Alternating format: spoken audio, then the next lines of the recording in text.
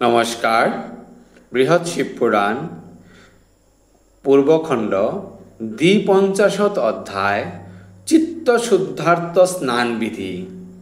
সনত কুমার উবাচ বিনা স্নানং মনশুদ্ধি দেহশুদ্ধির্ন জায়তে তস্মাদ্দাদৌ হি স্নানঞ্চ কর্তব্যং সাধু ভিন্নরই। এতেক বচন শুনি যত ঋষিগণ পুনশ্চ মধুর বাক্যে করি সম্বোধন। কহিলেন শুনো শুনো সনত কুমার, বিধির তনয় তুমি গুণের আধার। স্নানবিধি সবাপাশে করহ কীর্তন, তব মুখে এই কথা করিব শ্রবণ।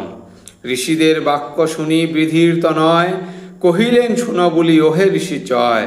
স্নান বিনা নাহি হয় মনের শোধন, দেহ শুদ্ধি নাহি হয় শাস্ত্রের বচন। এহেতু অগ্রেতে স্নান করিয়া বিধানে, তারপর পূজা আদি করিবে যতনে। যেই রূপ মন আদি শুদ্ধির কারণ, স্নান করিতে হয় শুনো হয় এখন। গৃহমধ্যে সমাহিত সেই যেই জল হয়, তাহাতেও হয় স্নান ওহে মুনি চয়। কিন্তু স্নানকালে সেই সলিল ভিতরে, কল্পনা করিবে তীর্থ অতি ভক্তি ভরে। কুশহস্ত হয়ে অগ্রে করি আচমন, কল্পনা করিবে তীর্থ ওহে ঋষিগণ। চতুর্হস্ত পরিমিত চতুর্রস্য স্নান, তীর্থবৎ কল্পনা করি সেই মতিমান। তন্মধ্যে মন্তোচ্চারী গঙ্গা আবাহান, করিবেক ভক্তি ভরে ওহে ঋষিগান। তুমি দেবী বিষ্ণুপদে লোভেছ জনম, তোমারে শ্রীহরি সদা করেন পূজন। যত পাপ করিয়াছি জন্ম জন্মান্তরে, তাহা হতে ত্রাণ করো আমা সবাকারে।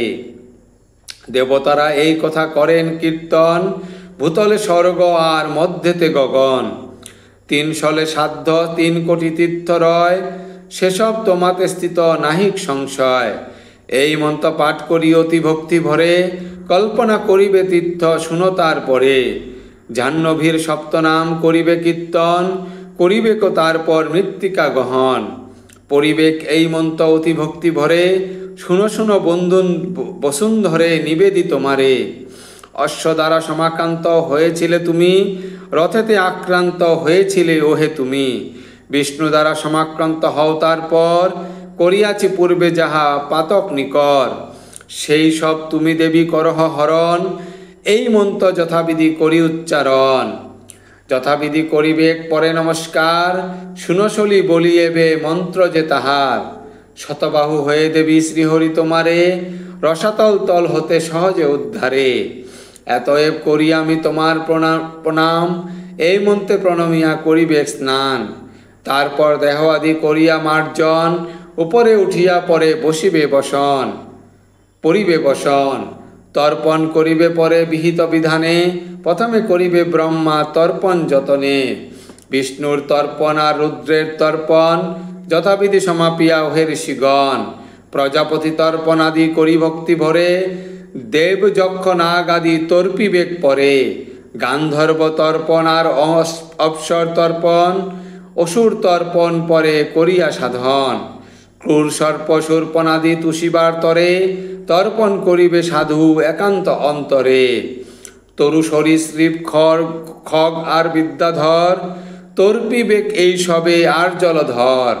শূন্যগামী নিরাধার পাপেরত জন, ধর্মরত জীবদের তৃপ্তির কারণ।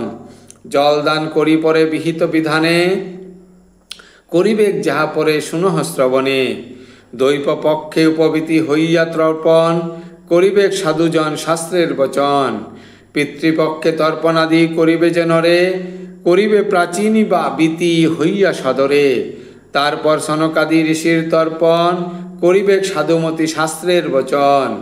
মরিচ্যাদি সপ্তেশ্বরে তর্পিবেক পরে, যমের তর্পণ পরে করিবেক সাদরে।